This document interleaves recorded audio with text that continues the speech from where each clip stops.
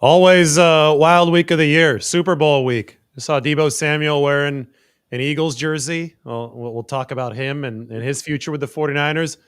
Probably be speculating about whether or not Myles Garrett's going to be wearing a 49ers jersey. And of course, we can talk about Robert Saleh, who, since the last time we did one of these Q&As for the San Francisco Standard, he has joined the 49ers. I should say rejoined the 49ers. They have gotten their great defensive coordinator back, and that is the main domino to have fallen so far in this offseason. So, Tim, I think you're in Salt Lake City covering the Warriors, right? How's it going?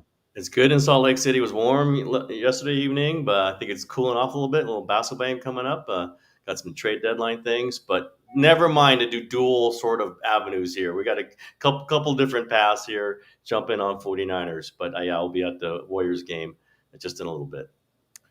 So, speaking of the 49ers this offseason, at this time last year, we were in Vegas. The Super Bowl was a few days away. So, completely different cadence to the offseason. This year, I guess they did fire a defensive coordinator last year, but it wasn't until after this point of the year. Steve Wilkes was still on the staff heading into the Super Bowl. This season, the 49ers undergoing bigger coaching staff changes, and they've already gone through a whole pursuit and successful re-signing of Robert Saleh, the defensive coordinator, which I think we both agreed the last time we talked. They were going to have to get this right. They have missed now 2 straight times at that coordinator position, and they've seen the defense slide along with those misses all the way down toward the bottom of the league in 2024. So Saleh's back. I think, Tim, it was interesting seeing what he did with the Jets with Jeff Ulbrich. I thought that he evolved over his time. He had to. He had different personnel with the Jets than he did with the 49ers. He blitzed a little bit more in a couple of those years. But I think that at the core of his essence as a defensive coordinator, he still is the same guy who's going to be trusting the front four, working different mixes into the back seven. And I think Kyle Shanahan wanted that familiarity. He wanted that energy. I think you wrote about that, the energy being the key thing. And I think that at the end of the day, this is still the same Saleh that the 49ers last had in 2020, which is why Kyle Shanahan, Nick Bosa said Kyle's resting easy now. And I could see Kyle Shanahan resting a lot easier now that Robert Saleh is back under contract. Yeah, I think we saw that they really focus on Salah more than I thought they would have. I thought Mm-hmm. Ulbrich could have been a candidate, some others, and they kind of tested it, right? I mean, he could have gotten a head coaching job elsewhere, and then I don't know what they would have done. I think they put a lot of money down. I've written that Jed York was personally involved. At least, he would have had to allow them to offer like maybe top of the market defensive coordinator job salary, and they just wanted to get it back in order. They didn't want to take a chance. They didn't want to get a first-year coordinator. They didn't want someone who doesn't, run their system. If Salah had turned him down, they might have had to go on there. But they really focused on Salah, waited it out. I had heard they were getting antsy. I definitely heard they were getting antsy because he could have taken the Jacksonville job. Theoretically, if Liam Cohen doesn't end up doing a U-turn, turning him down, then coming back and taking it. There could have been another spot for Salah. They really wanted to make Saleh feel like this comeback, and even more than he was, I think, after he left in 2020. I think he comes in as you are the defense. You are it. We've gone through some things where Kyle had to jump in there a couple times, call timeout during his Super Bowl, right? Was Steve Wilkes when he didn't like what was going on. They don't want that to happen anymore. They don't want, as it goes into the Bosa resting easy. Like Kyle he had to worry about the defense the last 2 years. Yeah, especially I think last year with the first time, position coach raised up and to be a coordinator. They don't want Kyle to be having to go through that. Kyle didn't want to go through that, and Saleh was their answer, and they had a bet on it. They had to wait on it. They're putting their money on it, but they did get it done. So I think they feel very, very, relieved and feel like that was the biggest piece they had to answer. Now, there's another really big piece, David. I'm sure people ask him, Brock Purdy's contract, but in the coaching sense of it, locking in Robert Saleh as the defensive coordinator was the biggest thing they had to get accomplished, and they did. I feel too that it might have been his recommendation that helped lead them to Brant Boyer, Yep. who was the Yep. special teams coordinator of the Jets before Robert Saleh was even there. Since 2016, he's had some really good special teams units, and It just so happened that Boyer interviewed with the 49ers right as they were wrapping up the contract with Robert Saleh. Anybody that can survive multiple coaching staffs as a special teams coach, I know that Trent Baalke was able to survive multiple coaching staffs as a GM. That's a different thing, though. Trent Boyer had to know what he was doing, and I think the results with the Jets speak for themselves. They had so much roster upheaval with so many new staffs, and he delivered, I think, 3 top 5 special teams units over that time since 2016. So we talked about this last time, though. The 49ers are going to have a newfound top-down focus on special team success if they don't want that to be at the bottom of the league on a consistent basis. My example is Kyle's got to call a punt, fake punt Yep. once a season. Yep. There's got to be something that shows that they believe special teams can be a tool to win a game instead of just not losing it, right? And I think if they give that to Brant Boyer, if they give that mentality to Brant Boyer, he's shown that he could field a good unit on special teams. I agree. Could not agree more. Yeah, a fake punt, a fake field goal, something different, just to let them know the coach cares about special teams, that he's involved in the plotting and the planning. And I do think, it might be an overread, might be accurate. I think being able to bring Boyer, if he really did, you have to assume that Saleh was involved in the hiring to some extent. It will show some more influence. I think Saleh is going to have a lot of influence. I think they want him to have influence. I think he's had personnel influence on draft and free agency when he was the 49ers first time. I think he's got even more now. And maybe they give him a draft pick or two in the first couple of days. Maybe they give him a free agent. Go get whoever. Probably not at the top end. That's Kyle Shanahan and John Lynch. But I think the special teams guy coming from his staff as he's coming in is just a sign that Robert Saleh is coming in kind of as a real influence in the organization, and that is coming from the top down. Jed York, again, as I heard, Jed York wanted Robert Saleh as a defensive coordinator and was willing to put up the money for it. And as you know, the most important thing an owner can do is put the money up for it. And look at the results in New York. Obviously, he was fired because of overall team performance. But if you break it down into how the defense performed, especially when he was there, it was really good. He inherited nothing. They were terrible that first year defensively. And then he built top 5 units his second year, his third year, and then all the way up until he was fired early in his 4th year. The Jets had a top 5 defense. And then it plummeted right after he left. So that shows you that Saleh had a huge hand and obviously had a hand in personnel there as well. I don't think he had final say, but there were several former 49ers who I think not coincidentally joined the Jets. Javon Kinlaw, Solomon Thomas, Isaiah Oliver was there, although he didn't overlap with Robert Saleh with the 49ers. But who else was there and is going to be a free agent in March alongside Solomon Thomas and Javon Kinlaw is DJ Reed, the cornerback. Yep. He was the one that got away, right, in 2020 from the 49ers. I wouldn't be surprised to see one or more of those players sign on with San Francisco this year. I mean, they've got needs at all those positions. Defensive tackle, definitely. And cornerback, I mean, it's just a gaping hole there. They only have 3 players under contract right now at cornerback. So they're going to have to add multiple bodies. And DJ Reed might be one of them, might be somebody who follows Saleh again, this time back to the 49ers. Yeah, I don't know about Kinlaw.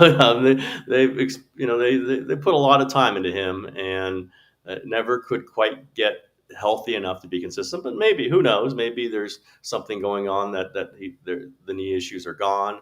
But he's been healthy the past 2 years. That's the thing, right? Yeah. I think paying him what? They'd be paying him $2 million, $3 million. It wouldn't be like a first-round draft pick. Yeah, exactly. It'd be interesting if listen, if Saleh comes in and says this is a guy, then you trust him. That's what we're talking about with influence. And it might have been a way to knock out Ulbrich.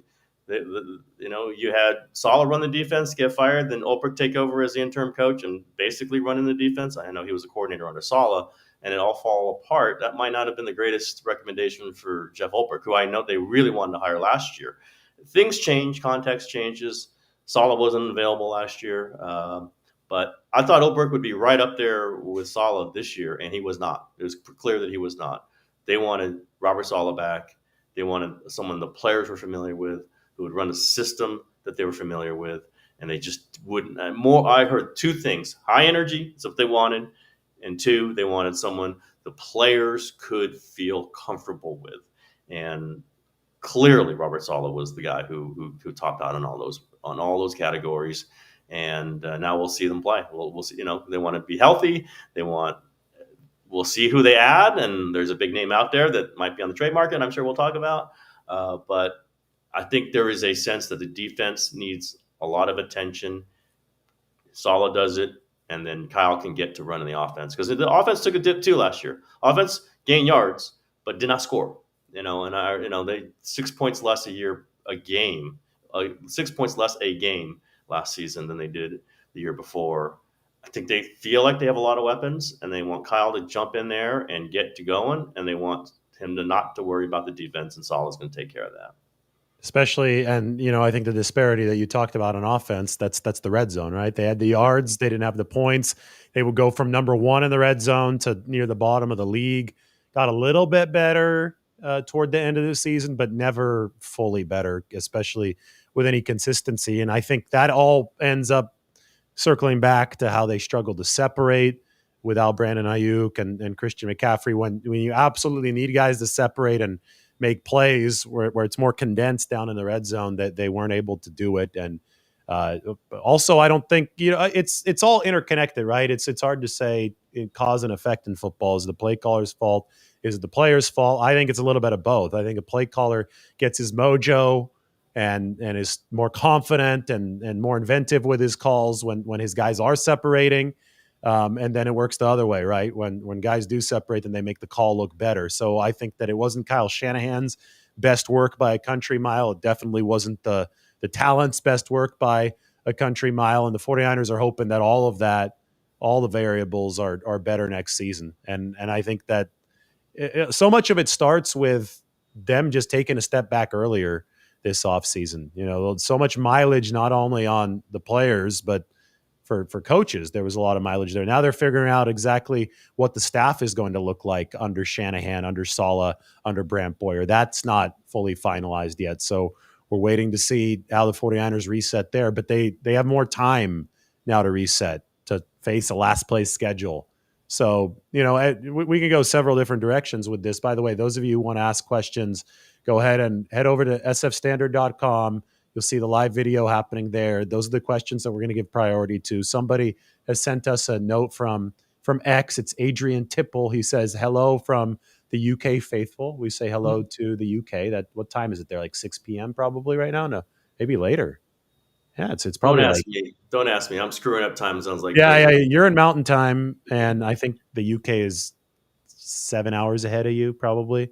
So yeah, they're having dinner. So happy dinner time over in the UK. Thanks for asking the question. If there's a question. And I was thinking about hopping over to Myles Garrett, but we got our first question through the standard right now. What are Purdy's biggest priorities when negotiating his new contract?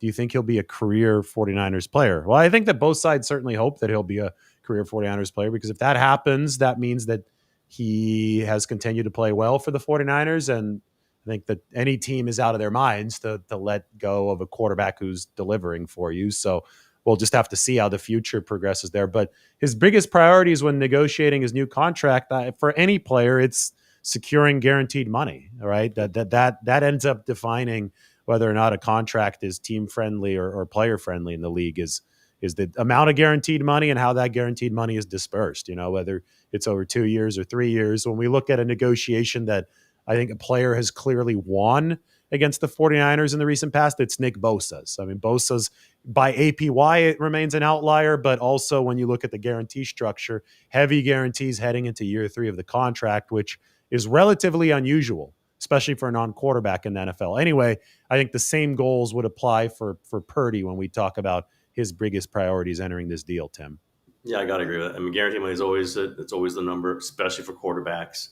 I've heard that both sides feel good about it, but that the structure might be a little different, and I don't know exactly what that means. I'm guessing that the 49ers are probably looking at, not looking like a super long-term deal, maybe, a 4-year deal. That other quarterbacks have signed really good 4-year deals, and maybe you can get out of it after 3. I think the Jordan Love deal is sort of similar to that.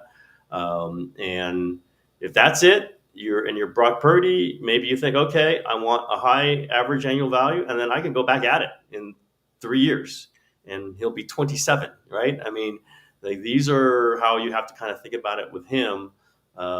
Protect himself by getting a high average annual. Protect himself by getting his high, a nice guarantee, and then the 49ers will want to commit super long. Okay, I've got some money in my pocket, and then I can go back out on the market, or they can franchise tag him, in 3 years, 4 years, or do a Dak Prescott and negotiate that they can't franchise tag you. I do not think the 49ers will do that, however, but because it really, really backfired on the Cowboys. But I would imagine it's not.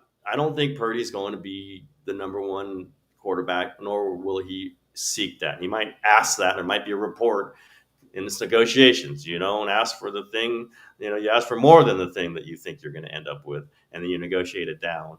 I don't think it's going to be a crazy number. We'll see where the 49ers go. Maybe the 49ers go low. They have historically done that. Maybe not with a quarterback, but they've certainly started low with Bosa. They started low with Debo. They started low with Ayuk. Let's see if they do the same thing with Purdy. It's a different equation as a quarterback because you kind of want him in all the OTAs. You want him in all the mini camp. You want him from the first practice at the training camp. And if that's not happening, David, you and I know that's going to be a circus. If Brock Purdy's not practicing, there will be a lot of discussion about this, going into I think I the first. lo- So we'll all know it. We'll all feel it. If he's out there and signed in May, they'll have gotten their two biggest things done quickly: getting the DC in that they like, and getting Purdy done. We'll see if that happens by May. I was thinking maybe they could get this done really quickly, but I have not heard a thing about talks. I don't think that's happened yet. Maybe just parameters, ideas. If it's done by March, that's still fast. Let's see if it's anywhere near that when we get to like March 15 or whenever the free agency starts. Right in there, free agency is going to be right in there somewhere. I think you might want to know what the price is going to be for Purdy before you go into free agency, but we'll see how the 49ers negotiate this, and we'll see where Purdy stands. Well, I think you do need to know what the size of the salary cap is, which is based on NFL revenues, which is not going to come out to the end of February. I think that's probably the variable that you need to fill in before any substantive talks can happen. When they re-signed Garoppolo in 2017 or 2018, they were so awash in cap space. That was before they had any star players. They actually front-loaded the deal for Jimmy Garoppolo. I was just looking at that contract a few minutes ago, and he got over $40 million of cash flow in the first year. Back then, that was a huge amount because they gave him a $28 million roster bonus, and they don't do that anymore. The signing bonus for Jimmy Garoppolo is only like $6 million. That was what they prorated over the 5 years. It was $1.4 million per year. Now they try to load up the signing bonus and then option bonuses, which are treated like signing bonuses. They do things completely differently because now they're working with the opposite issue. Now they're trying to surf the wave of the rising cap and fit underneath the cap every single season. So, I tend to think that they'll want longer on the years just because they're not going to be married to the back end of the deal. And maybe Purdy won't want that, right? Because you want to have that leverage. It depends on what the bonus. Yeah, it depends on what the bonus is. What's the guarantee? I think the 49ers will be short of the guarantee initially that he wants. And so you spread it out whatever number of years, the guarantee is essentially going to work out to how many years this contract pays out for. So they'll probably say, we'll guarantee you essentially 3 years at, say, it's 50. That's $150 million. They might not want to get there, and Purdy might want more than that. I think that's kind of be whatever amount of years they announce it as. It's going to be what's the guarantee total, and how does that work over 3 years? Can they get out of it after 2? Can they get out of it after 3? What's the number that they can get out of it? Those are the numbers I think we're going to be all looking at. And with Garoppolo, they were able to get out of it after 2. That's one of the most misunderstood deals. People thought that Garoppolo was holding him hostage with that deal, where he really wasn't. After 2019, they were really free to move on and look at other options, which is why we talked about Tom Brady in the 2020 offseason, then why they went out and they got Trey Lance in 2021. They had a lot of flexibility with Garoppolo to either keep him or jettison him because they loaded it all up up front. I think that now, we saw it with Bosa, a superstar, the sign of a really good deal, like if we're going to look at this in a really rudimentary fashion, is to push a lot of guarantees all the way into that third year. Now, we're not going to talk about Deshaun Watson's deal because that was ridiculous. The Browns just decided to guarantee the whole thing. That's not going to happen in this case. It shouldn't happen with any other player.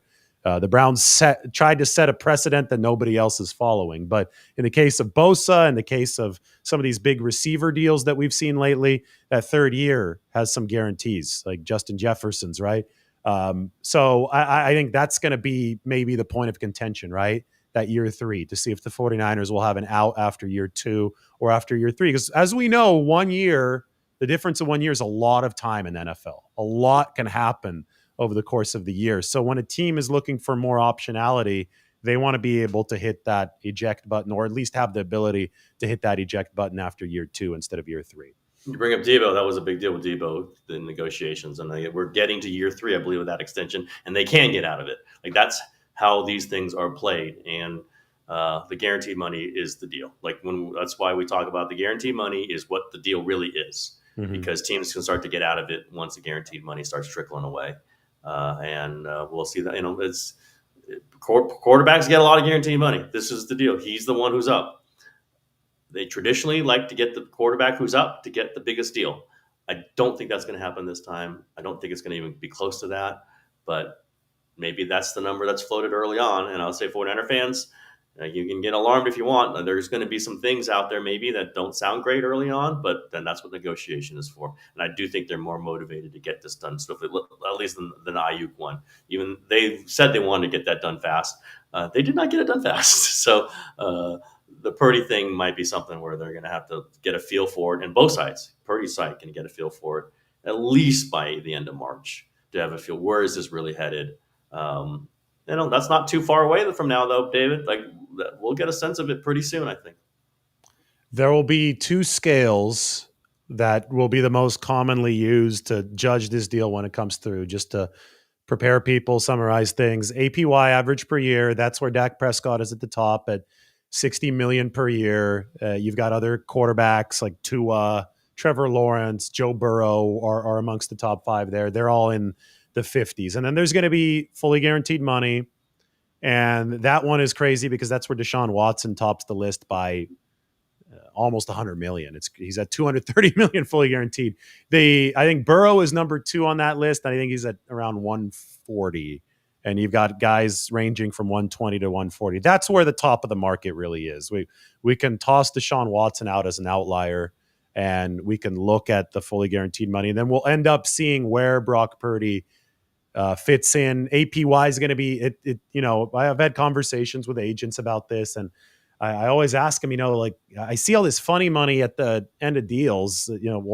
Why does everybody care so much about APY? And an agent will tell you, well, it's just players like to feel valued.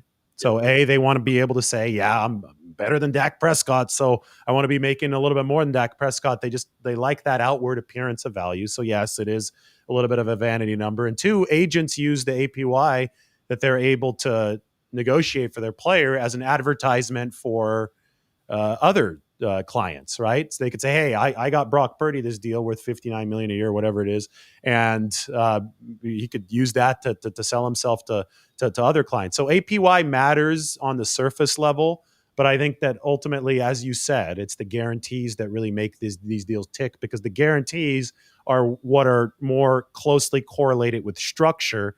Ultimately, the 49ers and Brock Purdy want to find a win-win in which Brock Purdy has the guaranteed money that he was looking for, and the 49ers have the structure that they were looking for, so they can afford to build the team around him. And I wrote a whole contract projection on this 2 weeks ago. You can go check it out at sfstandard.com. But I basically showed the staggered structure that the 49ers could use to theoretically satisfy all parties, right? APY could still be high, but you're building a structure that lets you keep the cap hit down at around 15 million. I don't know exactly what the APY is going to be. I just wanted to toss a projection out there that shows that they can keep that year 1, 2, maybe even year 3 cap hit relatively low, so they could build the rest of the team around him. Yeah, the one thing I think a lot of us are going to look at is when the over the cap does that, What's the dead money hit if they get out of it after year two? What's that Hmm. number going to be? That's a Yeah, that's huge a big number. one. Yeah, like what's that number going to be? Because that's what teams look at. Can we get it out? Because one bad year, okay. If it's 2 bad years, they're going to want to get out of it. Like this is what happened, Rams and Jared Goff, or whatever. And where are you on that number? And it's obviously up to Purdy in his camp to try to negotiate where they're protected in that year. And the So Rams got out of it, but at a heavy cost that I think did hurt their team. I mean, they did find cap held. Now, credit to them, they rebuilt really well through the draft on that defensive side of the ball. Matthew Stafford is obviously a solid commodity, but that hurt the Rams and I think that they went all in 2021, but they weren't really firm contenders at all in 2022 and 2023. yeah, Now they're back, but there are costs to this. I think you're absolutely right when you look at the year 2 and year 3 exit. Like which one of those two it's going to be is going to determine who came out of this deal with the upper hand. So I think you have a really really good point with that. We talk about the rest of the team, and we mentioned Deebo Samuel. So I mentioned this at the start of the show. He's over at Radio Row today wearing an AJ Brown jersey. It's the same agent, Tory Dandy. They're friends. I remember during the whole contract drama a couple of years ago, they were FaceTiming because they're both going for new contracts, along with DK Metcalf, who also has Tory Dandy as his agent. I think this is like the new thing, Tim, where these guys are always supporting their friends. But it was just funny to me. I mean, I think we were both in Philadelphia in December of 2023, where Deebo Samuel was public enemy number one, delivered a vintage performance, scored multiple touchdowns. That was the big win for the 49ers. And it was after Deebo had talked so much about James Bradbury and called him trash and all that. And now here we are 14 months later, casually at the Super Bowl, Deebo Samuel wearing an AJ Brown Eagles jersey. That's not it's going to all a make show. shockwaves or anything on social media, is it? It's a show. It's a great interest. It's a great conversation. Wide receivers tend to do it better than anybody else. I think sometimes teams like it. Sometimes teams get annoyed by it. Ayuk last year, I think he thought he was being funny, but making a point, and the 49ers were really pissed off with that stuff. Debo does his own thing. Debo has a little more pelts on the wall than Ayuk maybe, and he does his stuff in a competitive way. I don't think anybody's going to mind it, and it's kind of fun. It's fun to talk about. It also is interesting to talk about his future here with the 49ers. He's entering the lame duck year of his deal, and the fact that for whatever reason, the production wasn't the same as it had been uh, in the season prior to this. Like everything seems to be on the table. 49ers obviously are talking about their commitment to Deebo Samuel for this year, but they haven't talked about a commitment beyond that. I think that we all expect George Kittle to be extended this offseason. If Fred Warner continues playing at a high level, we'll expect him to be extended next offseason before the lame duck year of his contract. But Deebo Samuel is in this in between no man's land where he didn't play well enough to be a no-brainer extension, but I don't think played poorly enough. And, there are also enough qualifying factors for why he played the way that he did. So it's not like, outright cut, outright trade. It's just, he's just in that middle ground right now. Where do you see this heading with Deebo Samuel? Do you think the 49ers just leave this untouched?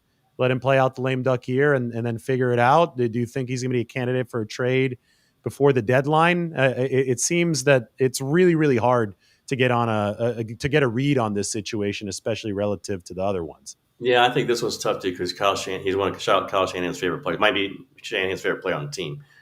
So I think maybe more so than other players. Buckner was a favorite receiver. He certainly scrutinized his receivers as much as anybody. Debo saved the 2021 season. Who knows what happens if that doesn't happen? Runs the ball, catches the ball. Obviously, had a really bad year last year. I think he had the issues, injury issues, and it just never really bounced back from it. There's several players like that we can name. I think he's a candidate to sign an extension, but at a lower level, like lower that number, and maybe he'll take offense. Juszczyk had to do that. Armstead refused to do that. But I think you kind of put a value on him, what he's going to be for them for the next 2-3 seasons. And if he will agree to a number, like let's say 18 to 20 million a year, I don't think he'd like to hear that, but that might be what he's actually worth. And if he doesn't take it, maybe they move on from him. I think it might be more in that let's talk to him and figure out a number. Juszczyk, I think, is a prime example of that. Just a guy they like having. They like having him in the locker room. They like having him around. They like the versatility they have on the field with him. But it was going to be at a lower number last year, and it might be again at a lower number this year. I think Debo certainly a more dynamic player than Juszczyk, and his own kind of guy might be a candidate for let's see if we can get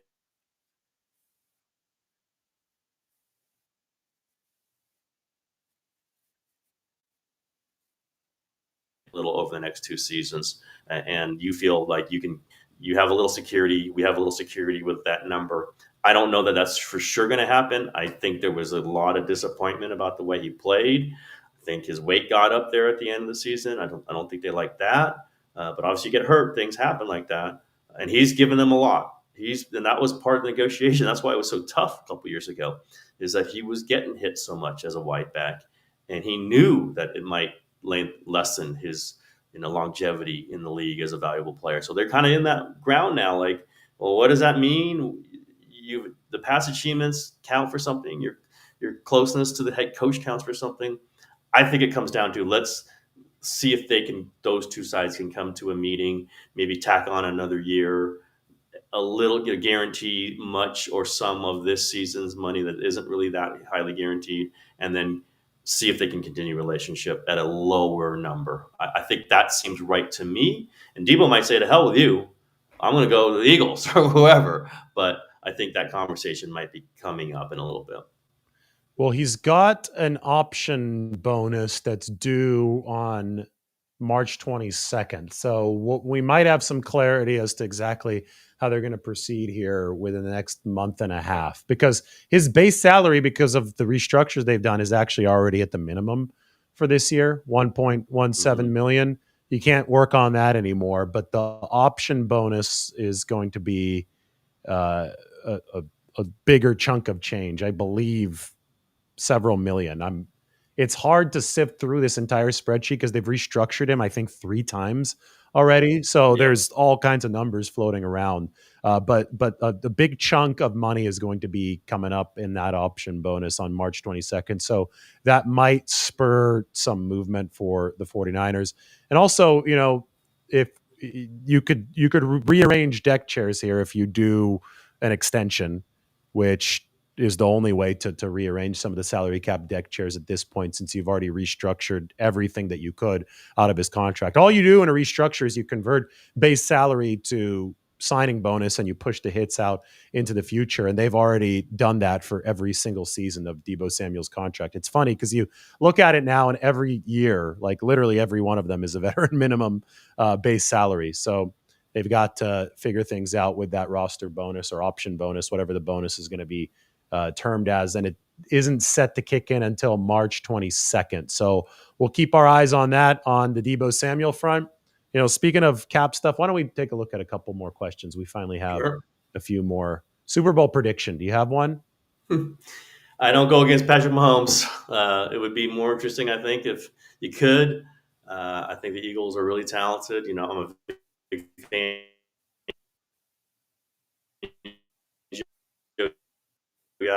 I think that late in the fourth. And David, you and I have seen what happens if you get into the Super Bowl and it's late and Patrick Mahomes is on the other side. It's hard for me to go against Patrick Mahomes. I'll say Chiefs by 3. Yeah. So it's the last time they played, it was, I think, Chiefs by 3, right? Wasn't it 34-31? Mahomes ended up pulling it out at the end. I'm thinking about the differences between that Eagles team and this Eagles team. And that Eagles team didn't have Saquon Barkley. And he's had a CMC like impact on Philadelphia.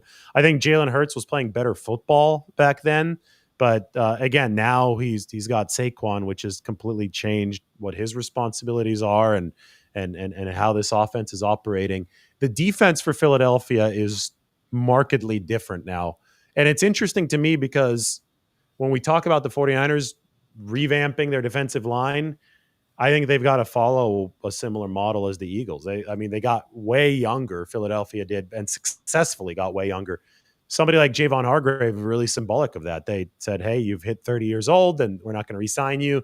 49ers, tried to squeeze in a couple of years of Javon Hargrave, older player. It's the total opposite strategy that the Eagles took. So this Super Bowl comes down to, in my opinion, does this revamped Philadelphia defense, which has been so good so far over the course of this season, are they ready for the true big time, for the prime time against Patrick Mahomes?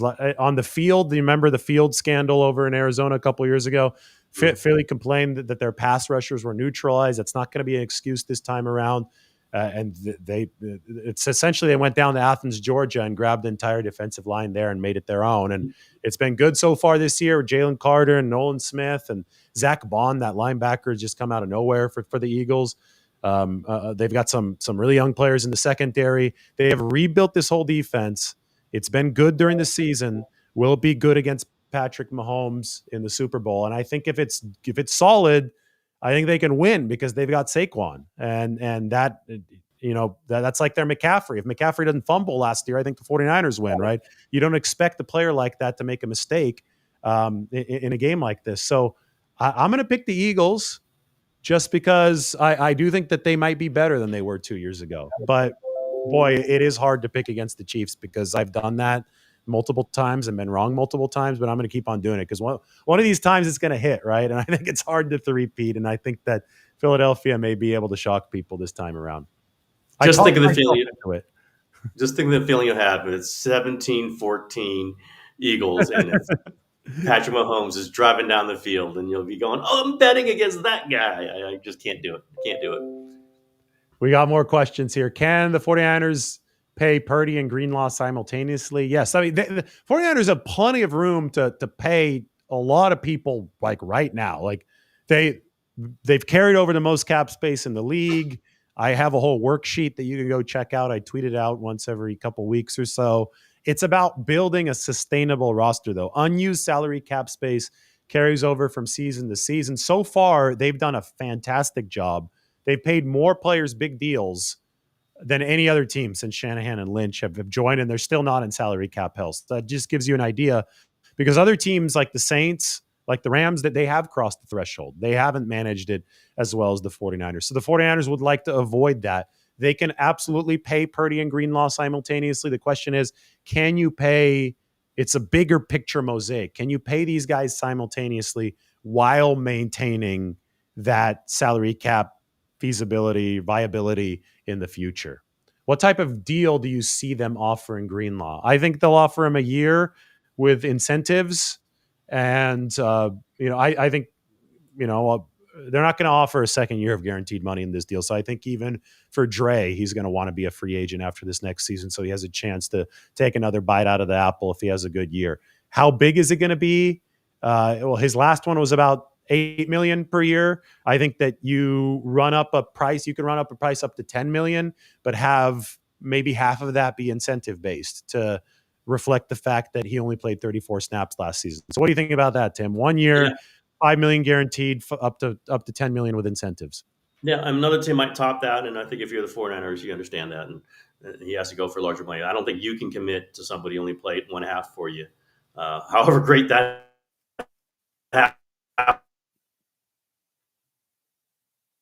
losing Tim was the year where they had injured guys, and they can't just say, "Let's go."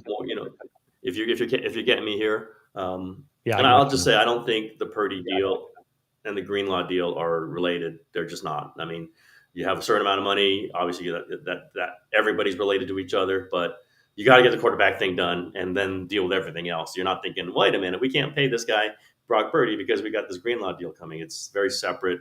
And as I keep saying, the cap hits for Purdy will not hit hard until like 2027. The way they do it is you pack it with bonuses and you spread them out over the thing. It's going to be like 15 or 16 the first year, 16 or 18 the next year. That's what you just look at every single quarterback who signed the big deal. That's how they do it. So they don't have to get jammed in that first year of the quarterback deal. And as the cap goes up, that's when the cap hits go up for the quarterback. Your number one highest paid guy. Almost every team will say that way. I think Greenlaw, some other team, Washington Commanders, Adam Peter knows them, and Peters knows him and feels like he can be a major difference, he might offer him a 2-year guarantee, might offer him something more for the 49ers and half for you. I think it's important for the locker room. It's important for them, but you do have to be a little fiscally, risk averse at some point with somebody who only played a half. And I think Fred plays better with Dre. I think Dre is such an important to them, but I don't know how healthy he's going to be. I mean, I keep going back to it, but he played that great half against the Rams, comes out and talks to us, and he can barely move, David. He could barely move. And I know it's the NFL. These guys go through a lot, but that kind of had me thinking, I don't know how much more he's going to play this season. He didn't play very much this season Yeah, after four that. more snaps. Four more Yeah, snaps. it's just so much context, so much, violence in this game, especially if you're Dre Greenlaw, especially if you're playing at the speed he's playing out. I don't know if another team comes up with more money than the 49ers, it might happen. But I think you're projected incentive laden, make sure he's protected for 1 year, and then see what happens after that. I think would be good for the 49ers for sure. We'll see if that's what the best deal he's got out there. We'll see. Well, we do know, thanks to Nick Bosa, that Robert Saleh is very adamant about Greenlaw returning. Bosa said You that at think so? the Pro Bowl. So, and Saleh has pull, and that could have been some of what Saleh and Shanahan were talking about. Saleh was in position to make some demands, right? When the 49ers were negotiating with him. And I always think back to Mobile to Miami. Remember they were wearing those shirts Mm-hmm. after the NFC Championship game. So that meant that Robert Saleh and that coaching staff was working with those Senior Bowl prospects in January of 2019, already 6 years ago. Crazy. And two of the prospects they were working with are two of the guys that we've talked about most on this show, Deebo Samuel and Dre Greenlaw. So there's a reason why I think this staff's connection to those two players in particular runs deeper than it does with most players, and it's because they were part of the handpicking process of these players in the draft process. Not that often that you get to uh, coach the Senior Bowl, and it's even more rare to coach the Senior Bowl, pick out a couple players, actually see them be drafted, and then have them lead a turnaround from the 4-12 season that got you coaching the Senior Bowl in the first place to the Super Bowl, right? I mean, and Deebo and Dre Greenlaw were both massive parts of that turnaround. Dre had the stop on Jacob Hollister in Week 17 against Seattle. And so I think that there is a deep connection here with Deebo and Dre Greenlaw, and rightfully so, because there's this really, really special shared history that the 49ers staff has with these players. And that's why Robert Saleh is very adamant that Dre Greenlaw comes back. And I will say this too, Tim, we can talk until we're blue in the face about him playing only 34 snaps last year. But the 34 snaps that we saw, I did not expect him to be that It explosive was incredible. Yeah. coming off the Achilles. And I think that counts for something, right? So you would hope that over the few months now that he has to recuperate and now truly build up that base of endurance, he could solve the endurance part. The fact that he already checked the explosiveness box, though, that's got to mean a lot in these negotiations. I agree. And of course, I think Saleh would love to have his guys around. But you know what? I think they wanted DeForest Buckner if they could have back. They wanted Armstead, for cap reasons. We'll see with Greenlaw, when you add in the injury history. I personally would love to see Gray back. I think he's great in the locker room. Really, even as a real young guy, he was just a good guy to talk to. Thoughtful, emotional, says what he feels, but says it with real intellect and real kind of a bigger picture view of things. But you can't keep everybody. And so if there's another offer out there, I would say that there's two guys, and someone is mentioning about Hufanga here. Wouldn't Saleh want Hufanga back?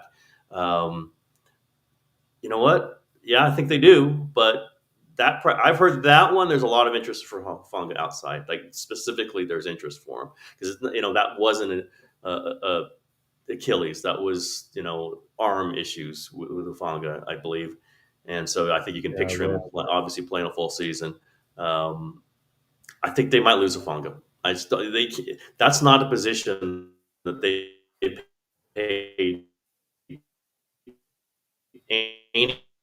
anybody. Have draft picks there. We saw how Malik Mustafa was as a rookie. They still have players there, and they can still draft players. I don't think if Hufanga's getting multiple year deal offers with some bonus money, I think that's one they might not be able to do. Yeah, that's the vibe I get there too. He did fully recover from the knee. I thought he was Mm-hmm. moving fine by the end of the season. If he was compromised by anything, it was the club on his hand, right? And Yeah, that that's what was I'm with thinking of. the torn wrist ligament. So safety is an intriguing position because they struggled there last year, ironically, outside of the rookie, Malik Mustafa, who was really good. So all of a sudden, we were talking about Jair Brown being the potential foundational piece there coming out of the Super Bowl year in 2023. Now we're talking about Malik Mustafa as that person at safety, and Jair Brown needs to bounce back. And the wonder is, well, do they re-sign Hufanga? Are they going to find another veteran just in case Jair Brown continues missing tackles at the rate that he did last year? So, this whole defense, I mean, they did finish in EPA number 26, number 29 against the run. That means that it was not a lot of flowers and roses on that defense. It was there were problems that they're going to have to solve heading forward into this next season. We got a couple more questions here. Somebody saying that Javon Kinlaw was at the Sharks game last night. I wonder if he still owns a house in the Bay Area. That's interesting. With the success that teams that have good offensive lines like the Eagles and Chiefs have had, will that finally change the 49ers stance on drafting O-linemen early? I don't think it's going to change their stance on drafting O-linemen early. They've been willing to draft an O-lineman early, but they just have a really high standard for it. That was McGlinchey. If there's a tackle that's there at 11, Tim, that meets their qualifications, I think they'll do it. I just think that they're not going to change their standard, though. They're not going to change that really high standard. Whether I think you probably disagree with that a little bit. I'm neutral on it. We've talked about it last time. What do they do at number 11? Do they force a tackle pick, or do they go best player available? I think they'll probably go best player available. I think that you've been an advocate for them bending that a little bit just to replenish the pool at tackle, right? That's accurate. I don't think they're going to, though. I think they're going to take a defensive lineman. It just feels like that to me. Maybe Tyler Warren as a exotic tight end of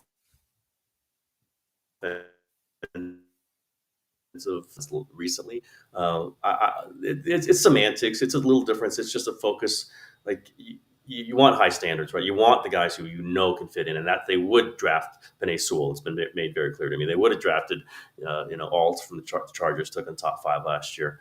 Those were not available to them where they've taken. They just don't want to force a guy that everyone else has going to them. They don't feel it'll fit their system. Understand that. I do feel like you want talent, though. At some point, you just draft talent to have guys, to have options that you can move to different places. Lord knows they need a replacement at left tackle eventually for Trent Williams, and that you can't fake. And so I think at some point you do have to say, okay, we don't love this guy. We're not going to be at 11 again, we hope, for the next couple of years. We can't get this raw talent at 11, and maybe he's not perfect for us, but we coach him. I don't think they're going to do that. But I think we've seen the kind of deterioration of talent on the line. We see it in some of the red zone runs. We see it in some of the pass protection, specifically up the middle. But that tends not to be what they do. Again, I've had it explained to me. I'm not saying it's wrong. I'm saying at some point you can't just become, okay, this guy's probably not the perfect guy for us, but his skill level is such that we'll never get a guy like this at 28, where we hope we're drafting. Hey, they hope they're drafting 32 every year. But that tends not to be where they are, and they'll go maybe draft a guy in the 4th or 5th round. And hey, they did well with Pony. Can't argue with that. I don't know that they think that means they got to draft guys in the 1st round. I don't sense that about them. I wonder what they would have done had they not been able to trade for Trent Williams in 2020. That would have given us a lot more of a look and Yep. an insight. The good news for the 49ers is that tackle wasn't as big of an issue this past year. I think thanks to the fact that Pooney helped out Colton McKivitz so much on the right side. McKivitz played average this past year, wasn't great, but he had been really a liability in 2023, and I that probably a lot of that was because the right guard wasn't good either, and Spencer Burford's. They had just an atrocious right side in 23. Dominic Pooney helped elevate not only the right guard position but also right tackle. And then even when Trent Williams was hurt, like they got decent play out of Jalen Moore. So I wonder if they wouldn't have been able to get Trent Williams in 2020 after Joe Staley retired, would they have just tried to roll with these? At some point, I think because it's taken so long for guys like Moore and McKivitz to become viable tackles, even on a backup level. I mean, you'd think they would have had to take a bigger swing at some point, right? Well, I guess we'll just never know because they did get Trent Williams, and it's been able to mask that for so long.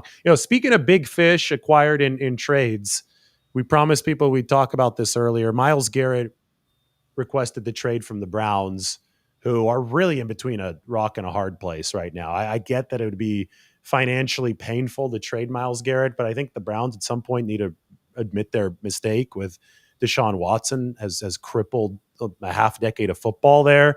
They're in cap hell.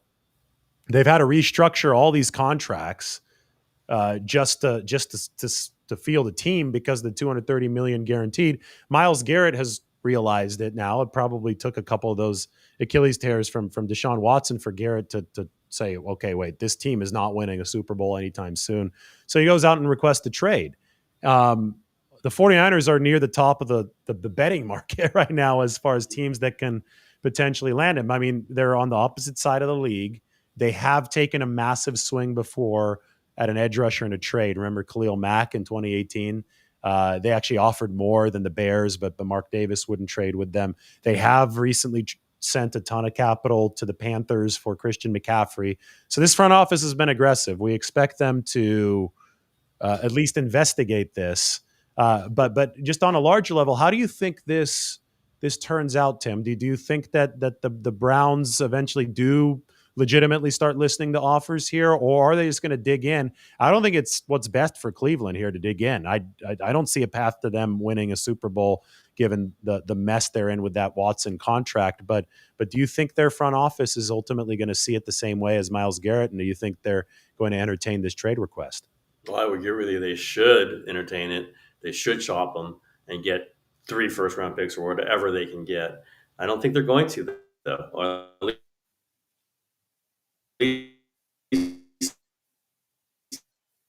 white flag up. They're going to get, hey, we got all this talent. We get the right quarterback in there. We could still look at these good players, Joe Patonio and Ward and obviously Myles Garrett. We all know there's a ceiling to this, and it's a pretty middling ceiling for them. And then they could certainly drop down as they have in various years. I try to get the best for Myles Garrett. He's 30, right at the point where you go another year or two, it's a seriously declining value. I don't think they're going to, but if I'm the 49ers, and go for something, add some other things. This would be a good start for any kind of trade talk. We know they love going after. It's going to be tough to fit financially. That would be tough to fit financially because it's not just for this contract. You know that you would have to give him a new contract. So then you might have to pay him more than you paid Nick Bosa, at least on an AAV value, maybe not a long term. So you've got two of the most expensive players in football as your two defensive ends. The two great players. You sure would like your shot against anybody with those two guys. They'd have to figure out some financial stuff, though. That there would really be some consequences down the road on that one. But I know they're interested. Well, they should be interested because they've been interested in the past. I don't know that they're interested right now, but I'll just say somebody threw it out to me like a week ago. Like, hey, there might be some really good players available that haven't come out yet. And the 49ers might be in on this. And I was thinking like Trey Hendrickson, Max Crosby, and those might or might not be available. Myles Garrett is the top of that because Myles Garrett might be the best player, a defensive player in football, might be one of the top players in football overall. And the 49ers are always interested in those kind of guys.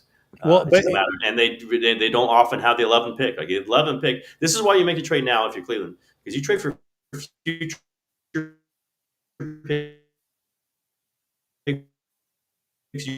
don't know 49ers have the 11th pick. You can get the 11th best player in the draft right now.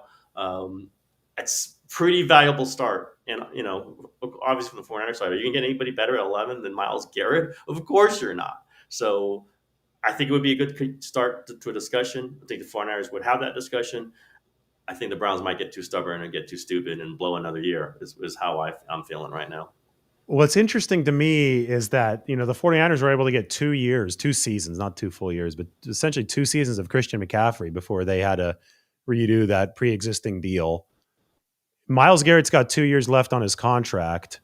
The way that he worded that, now that could have just been a bluff on his part. He might just want a new contract, and maybe he'll just end up signing one with Cleveland for all I know.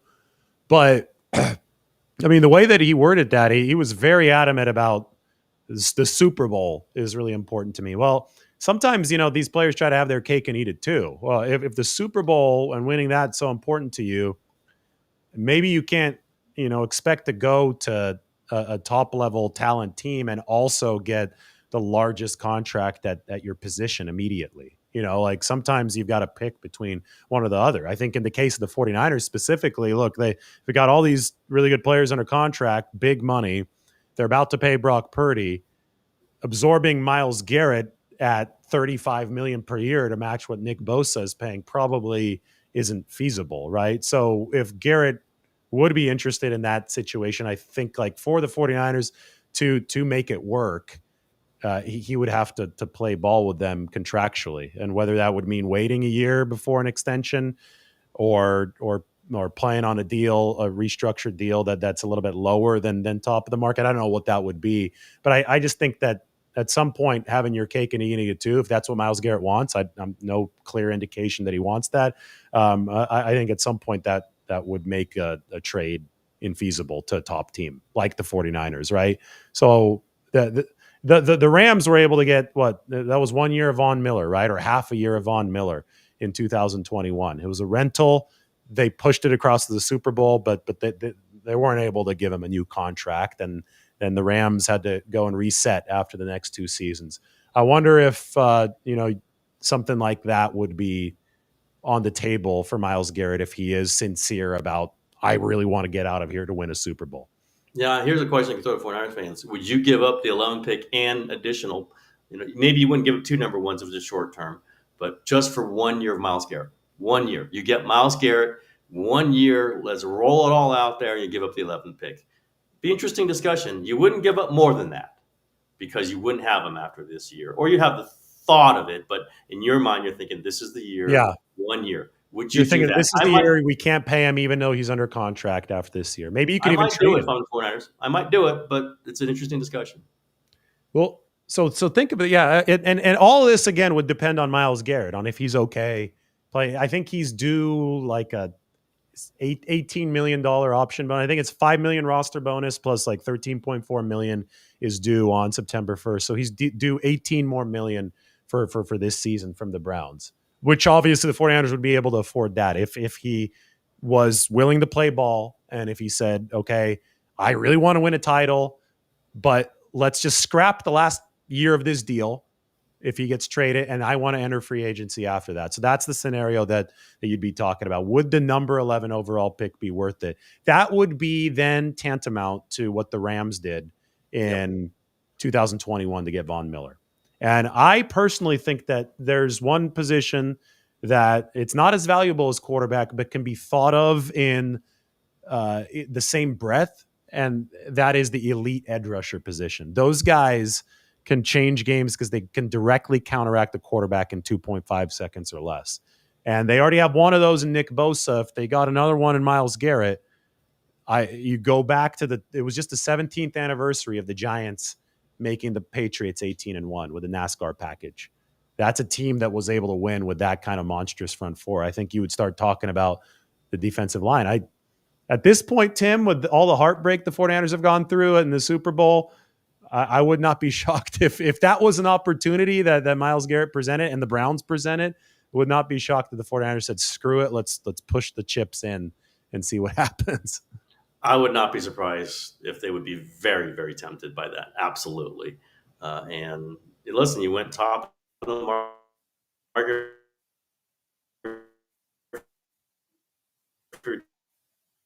defensive things there in play there.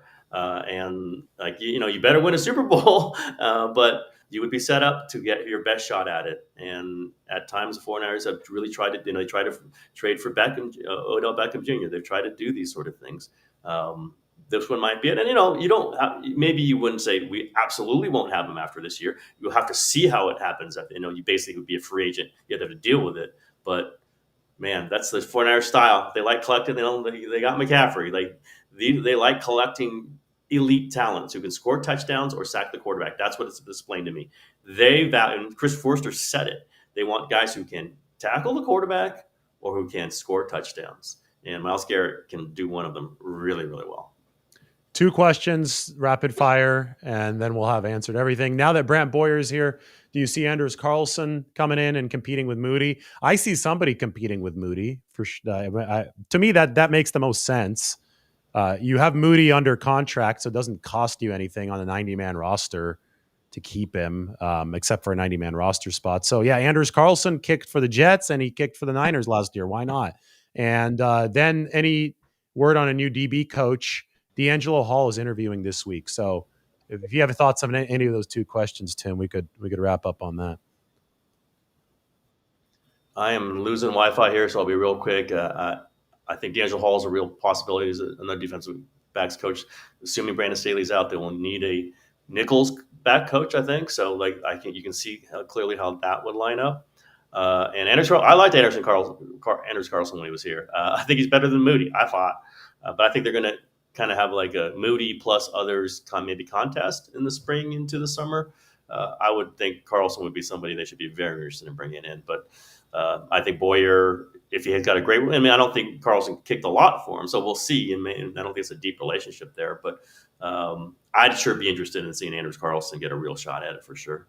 He had a big leg. It was fun to watch. Yeah, you could just tell there. He wasn't great at kickoffs, interestingly, but he was great at kicking 50-yard field. Yeah, he made that one against the Chiefs to open the game. All right. Well, I know you're in Salt Lake City. You got the Warriors to cover. So thanks for tuning in from there or joining from there. Thanks to everybody for tuning in from wherever you might be. Everybody head to sfstandard.com. Tim's got a lot of good pieces up lately. I've got my State of the 49ers series going. We'll have that going through the NFL Combine. And then I think around that time is when things, if you thought it was interesting now, just wait. This offseason is going to be fascinating for the 49ers. So, some stuff has happened, but we still have a lot more to go. So thanks to Tim. I will talk to everybody soon. I see Tim's screen already turned off there. So go to sfstandard.com, check us out, and we will see you next time.